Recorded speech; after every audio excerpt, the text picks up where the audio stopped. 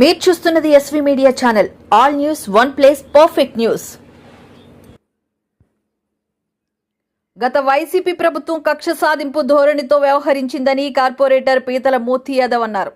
జీవీఎంసీలో సోమవారం జరిగిన స్పందన కార్యక్రమంలో గత ప్రభుత్వంలో చేసిన తప్పిదాలపై ఫిర్యాదు చేశారు.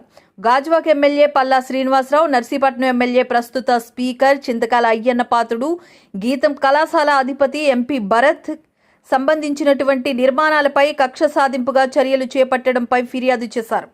వైసీపీ హయాంలో మంత్రి అమర్నాథ్ దుశ్చర్యలపై, అక్రమ నిర్మాణాలపై ఫిర్యాదు చేశారు. ఎంపీ ఎంవీవీ బిల్డర్గా వ్యవహరిస్తున్న నిర్మాణాలపై, రుషికొండ నిర్మాణాలపై ఫిర్యాదు చేసి సంబంధిత అధికారులు తక్షణమే చర్యలు చేపట్టాలని మూర్తి యాదవ్ కోరారు. ప్రజల సంపదని దోచుకుని ఈ యొక్క అక్రమ బిల్డింగ్ ని నిర్మించారు. 5 ఫ్లోర్లు, ఒక కమర్షియల్ కాంప్లెక్స్. దీనికి బిల్డింగ్ లేదు. సామాన్యుడు ఇల్లు కట్టుకుంటే 50 గజాల్లోనో 100 గజాల్లోనో జీవీఎంసీ అధికారులు ప్లాన్ పెట్టాలా, ఆ ప్లాన్కి డబ్బులు చెల్లించాలి జీవీఎంసీకి. మళ్ళీ కింద స్థాయి అధికారులు పోస్ట్ వెరిఫికేషన్ పేరుతో వెళ్ళాలి. వాళ్ళు ఓకే అంటేనే పునాదులు తవ్వాలి. అంటే సామాన్యుడికి, వైసీపీ నేతల కార్యాలయాలకి మీరు చూడండి, వీళ్ళు చేసిందంతా కూడా గత 5 ఏళ్లలో అక్రమాలు, అక్రమ నిర్మాణాలు, అవినీతి. దాని నిదర్శనం ఈ కోడిగుడ్డు మంత్రికి కోడిగుడ్డు మీద ఏకలు పేకడే పని చేస్తా అన్నాడు ఆయన.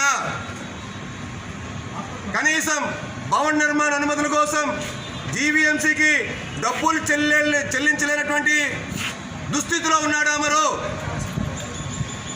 పవన్ కళ్యాణ్ గారిని అసెంబ్లీ గేట్ కూడా తాకమని అన్నారు. ఈ వైసీపీ మాజీ మంత్రులందరూ కూడా ఇవాళ ఏం మాట్లాడతారు? ఇవాళ నిజాయితీకి, నిష్పక్షపాతంగా ప్రజల పక్షాన ప్రజా సంపదని, ప్రభుత్వ సంపదని కాపాడడానికి జనసేనాని పవన్ కళ్యాణ్ గారు ఇవాళ రాష్ట్ర ఉప ముఖ్యమంత్రిగా ఉన్నారు. నారా చంద్రబాబు నాయుడు గారు రాష్ట్ర భవిష్యత్తు కోసం ఇవాళ కూర్చొని ఉన్నారు.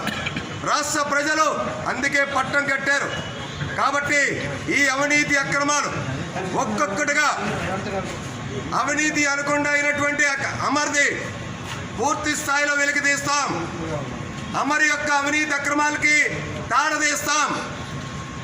వీళ్ళు దోచుకున్న ప్రజాధనాన్ని, ప్రభుత్వ సంపదని వెలుగు తీసి